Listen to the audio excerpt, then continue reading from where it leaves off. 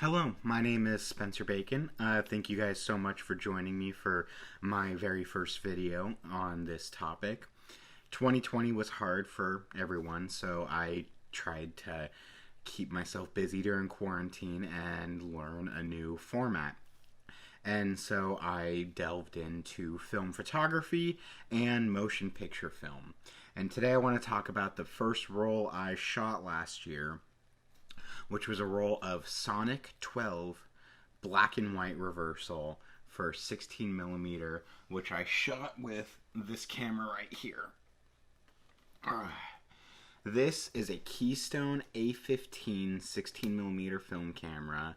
I'll do a full video on this camera later, but now I just kind of want to talk about my experience with motion picture film in general. The first roll I shot, there were mistakes on it, which I felt was inevitable, but I still really liked the outcome. This is where my first mistake came into play. When I loaded this film, as I'll show you, here's a picture of my camera after I loaded it. As you can see, the loops by the film gate are too small, and that's what caused a smearing effect on the actual film. And so that is why the first little bit of it is not really visible. Like, see where my dog is. So that was mistake number one. Mistake number two was because of those loops not being big enough. The reason why those loops were too small was because in the film gate there's a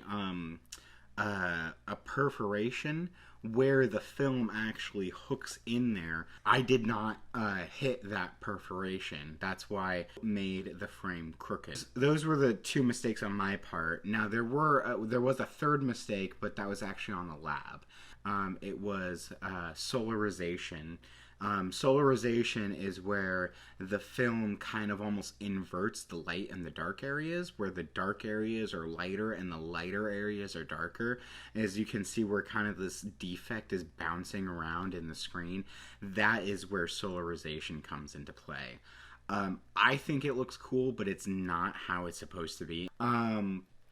But overall, I was really happy with how this roll turned out. Sure, there were mistakes, but my first roll of motion picture film, and most of it's in focus, I considered that a win. So, yeah, that's about it I have for this video. I hope you enjoyed it, and next week I'll put out another video talking about my second roll of 16mm film, which was a roll of Vision 3 250D.